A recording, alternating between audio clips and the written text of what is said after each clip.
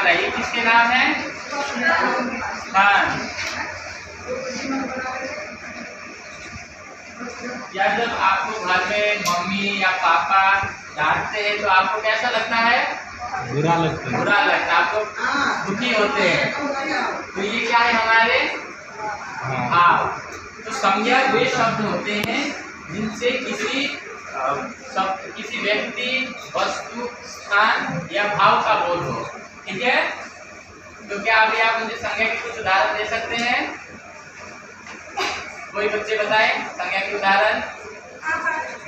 पहाड़, और कोई? कुत्ता, और आप? किताब, बहुत अच्छे। दिल्ली, बहुत अच्छे, धन्यवाद। तो हमने ये देखा कि संज्ञा क्या होता है, किसी भी व्यक्ति, वस्तु, स्थान या भाव का बोध कराने वाले शब्द संज्ञा कहलाते हैं। अब हम इसके प्रकारों के बारे में जानते हैं। जैसे कि मैंने कहा राम और श्याम, ये कौन थे? व्यक्ति। तो पहला प्रकार है व्यक्तिवाचक संज्ञा।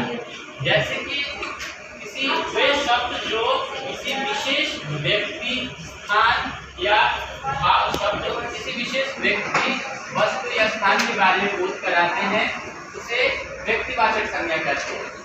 जैसे दिल्ली, राम, श्याम, आगरा, ये सभी किसी विशेष व्यक्तियों के लिए ही प्रयुक्त होता है, सभी के लिए प्रयुक्त नहीं होता है। तो क्या अब आप इससे संबंधित कुछ उदाहरण दे सकते हैं?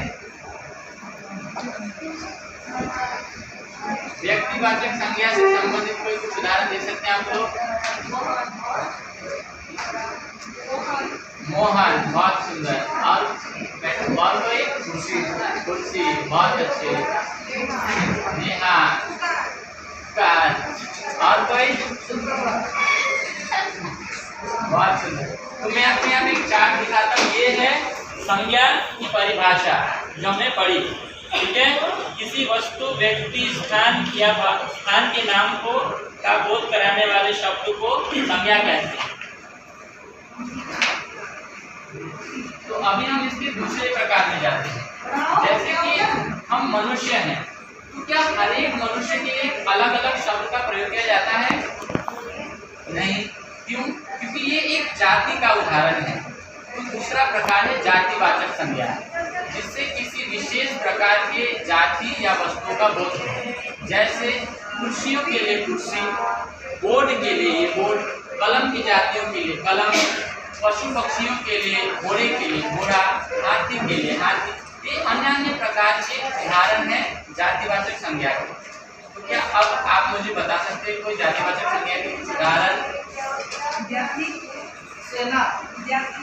व्यक्ति, विद्यार्थी, बहुत अच्छे, धन्यवाद। और कोई? लड़का, पूरे जो कि पूरे लड़के के लिए प्रयुक्त होता है। और कोई? कुत्ता, कुत्ते पूरे प्रजाति के लिए। शिक्षकगण, जो सभी शिक्षकों के लिए प्रयुक्त होते हैं। फूल, जो पौधों के लिए यूज होते हैं, फूल के लिए, फूल की सभी प्रजातियों के लिए। बगीचा, जो पौधों के लिए यूज होता है। तो अभी हमने देखा व्यक्तिवाचक और जातिवाचक संज्ञा। अब हम देखते हैं द्रव्यवाचक संज्ञा। द्रव्यवाचक संज्ञा वह संज्ञा होती है जिससे किसी शब्द, जो किसी तरल पदार्थ, जैसे कि यहाँ पे हम देख रहे हैं कि इसके अंदर पानी है, हम महसूस कर पा रहे हैं। तो ये किसी वो शब्द जो किसी द्रव्य या पदार्थ के बारे में हमें जानकारी देता है, वो शब्द द्रव्यवाचक शब्द कहलाता है। जैसे कि सोना, चांदी, दूध, तेल, ये सभी एक द्रव्य है जिसको हम लोग नाप तोल सकते हैं। तो क्या अभी आप मुझे कोई बता सकते हैं द्रव्यवाचक संज्ञा के कुछ उदाहरण? पेन, पुस्तक, पानी,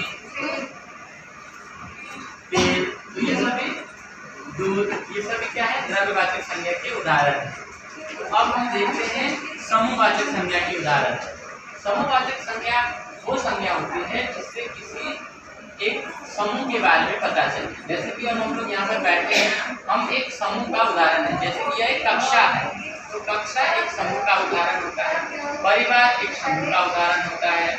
उसी प्रकार पंचायत, जिसमें बहुत सारे लोग रहते हैं, वो एक समूह का उदाहरण है।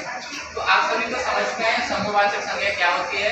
क्या अब आप मुझे कुछ उदाहरण बता सकते हैं? सेना, मेला, दल, बाजार, बहुत धन्यवाद। अब परिवार, अब हम देखते हैं, बहुत धन्यवाद। अब हम देखते हैं भाववाचक संज्ञा। भाववाचक संज्ञा वह संज्ञा होती है जो किसी व्यक्ति की भावनाओं के बारे में बताए, किसी अवस्था के बारे में बताए। जैसे कि कोई बालक है, वो बचपन के अवस्था में है, वो बूढ़ा हो जाएगा तो बुढ़ापे के अवस्था में चला जाएगा। लेकिन बचपन और बुढ़ापा ये एक भाव के उदाहरण है। रोना आना, गुस्सा आना, हंसना, ये सभी एक भाव के उदाहरण है। समझ में आया आप लोगों को? तो क्या आप अभी भाववाचक संज्ञा के उदाहरण बता सकते हैं? खुशी, रोना, बचपन, बुढ़ापा। बहुत बहुत धन्यवाद। अब हम अगली कक्षा में इसके बारे में और भी विस्तृत रूप से चर्चा करेंगे। बहुत बहुत धन्यवाद।